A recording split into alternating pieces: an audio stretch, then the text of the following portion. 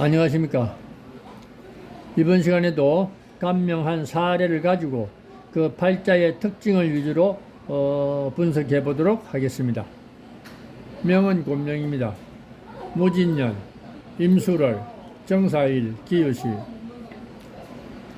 늘 말씀드리지만은 제 개인적인 생각인데 사주 분석, 사주풀이는 이 8글자를 하나의 그림으로 짜깁기를 해서 그 상태를 가지고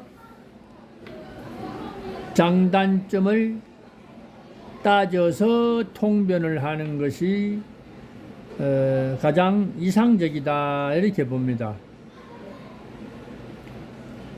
그렇게 되려면은 우선 순서는 체가 무엇인지, 일간이 무엇인지, 빨리 주체가 무엇인지를 알아야 됩니다. 정격은 일간이 주체가 되는 것이고, 종격은 어떤 막 강한 세력이 주체가 되는 것입니다.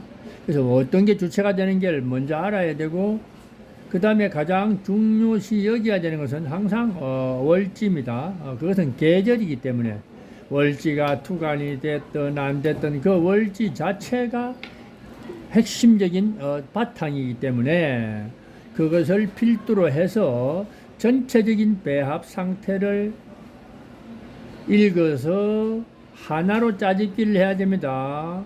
사주는 그 모든 다른 글자들이 뭉쳐서 하나의 어떤 제목이 되는 거니까 따로따로 띄어서 이렇게 분석을 하면서 뭐 사람을 분석하는데 뭐 팔 따로 다리 따로 잘라서 좋다 나쁘다 하는 거 아니죠. 그래서 그런 과정이 쉽지는 않습니다. 그러려면 다양한 이론들을 섭렵을 해서 수많은 임상을 거쳐야지만이 그게 가능하다는 것입니다. 그렇지 않고 단순하게 뭐 격을 보고 투간이 돼서 뭐 흉격이면 제거해야 되고 또 길격이면 보좌해야 되고 이런 것들은 그거는 이론 중에 하나의 격국 용신법이고 또 그다음에 크게 나눠서 양이 맞냐 음이 맞냐는 음양으로 이분법으로 나눠서 보는 것도 있고 또 자연 물상의 형태로 이렇게 보는 것도 있고 그다음에 뭐 억부법으로 보는 것도 있고 조후법으로 보는 것도 있겠죠. 모든 것이 복합 추리가 돼야 됩니다. 이론은 다양하죠. 그래서 복합 추리를 해야 되겠다.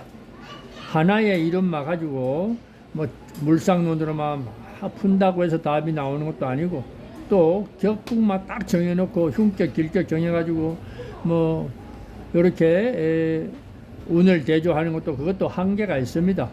그래서 적재적소 사주의 모양에 따라서 어떤 이론을 적용해서 푸는 것이 해석을 하는 것이 이 운세 판단법의 길흉 판단법의 좋은가라는 것은 이제 많은 경험에서 잣대를 달리한다라는 것입니다. 그래서 이런 사주도 정화가 수룰의 사날에 유시의 진년에 태어나고 천간에는 뭐 무토, 임수, 기토 이렇게 쭉 배열이 되어 있고 여기서 주목할 것은 일단 요 월간에 있는 요 임수가 있죠. 임수 일명 여명에서는 굉장히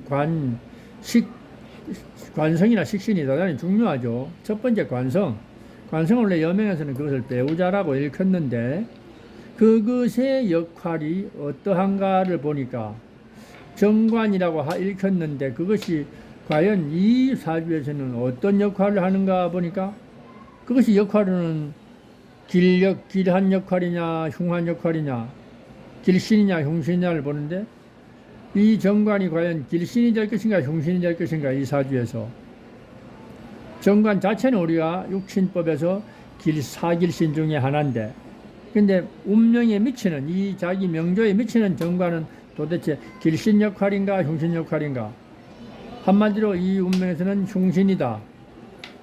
왜? 그 첫 번째 이유는 흉신이 되는 이유는 정화가 수월의 사날에 태어났는데 정화의 에너지가 약합니다. 왜냐하면 전부 설기되고 전부 설기되는 거니까, 설기되는 상태는 내가 그 기운이 허약한데 나를 통제하는 관이 정관이든 편관이든 온다는 것은 견디기 어려운 겁니다. 관성은 원래 나를 통제하고 어떤 또 때로는 나를 갖다가 구속하는 그런 역할이기 때문에, 극하는 역할이기 때문에 내가 강해야지만이 그 나를 통제하는 에너지를 내가 수용할 수가 있습니다. 그런데 이 자체는 흉신이다. 두 번째는 그냥 그래도 썩어도 준치라고 정관은 정관인데 또 옆에 상관이 첩신하고 있지, 또 식신이 또 멀리서 남아 있지, 또 밑에도 또 같은 정관을 극하는 인자들이 있지. 그러니까 정관 자체가 본질적으로 충신이 아닐지라도 여기서는 그냥 그걸 받게 되니까 힘을 못 쓰게 되니까 또 뭔가 부실하다. 그러나 그래서 이 명조에서는 이 정관은 아주 단편적인 생극재화의 논리로 봐도 내가 신강하지 않은 상태에서 관은 무용지물, 그래서 못 쓰고, 또 사주 구조상도 식상에 그걸 받아없으니까 이래보나 저래보나 정관은 대단히 부실하고 허술하다. 이렇게 판단을 내리면 됩니다. 그러면은 나는 어떤 것을 지향하느냐? 말 그대로 부실한 것을 내가 바라보고 살 수가 없으니까 나는 차라리 대세를 따라가는 겁니다. 식신, 상관 이런 대세를 쫓아서 나의 뭔가 길을, 나의 재능, 자유, 프리함 이런 것들을 발산하고 그냥 사는 거예요. 그것이 대세라고 하죠. 대세. 우리가 전쟁터에 나가서 내가 전쟁에서 패해버리면 적군도 나를 살려준다면 거기에 따라가야 되니까 그것이 또 아군이 되는 겁니다. 나한테는 생사의 갈림길에서는. 그래서 비록 그 상황에 따라서는 뭔가 그렇게 달갑지 않더라도 그것이 운명이나 세상이나 자연에서 대세를 이룬다면 그것을 그냥 쫓아서 순리대로 흘러가는 것이 그나마 무난하다는 겁니다.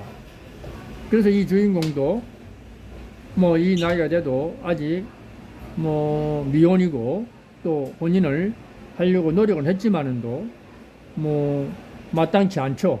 왜냐하면 원초적인 조건이 신통치 않기 때문에 그렇게 마땅한 인연을 만나기가 쉬운 법이 아닙니다. 그래서 눈높이를 많이 조정을 해야지만이 자기한테 이로운 필요한 사람을 선택할 수 있는 것이지, 그냥 마냥 이런 사실을 모르고 관이 부실한 사실을 모르고 그냥 자기 눈높이에만 마냥 이런 데 맞춰서 선택을 한다면은 그것은 앞날은 불 보듯이 뻔하다. 이렇게 봅니다. 그래서 우선은 관에 그렇게 집착하지 말고 자기 자신의 재능과 센스와 재치를 따라서 재물을 추구한다. 식신생재로 재물을 상관생재로 재물을 추구한다. 그렇게 그런 사고방식을 가지고 세상을 살아간다면은 그야말로 또 나름대로 뭐 보람있고 행복할 수 있는 길이 있다.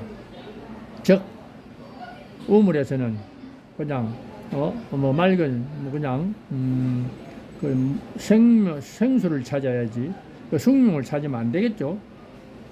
그래서 자기한테 운명적으로 주어진 어떤 상태에 그 상태를 인정하고 거기에 걸맞는 어떤 사고 방식으로 살아가는 것이 그것이 우리가 상식과 진리에 부합하는 인생의 삶의 방법이다. 이런 것을 한번 말씀드려 봅니다.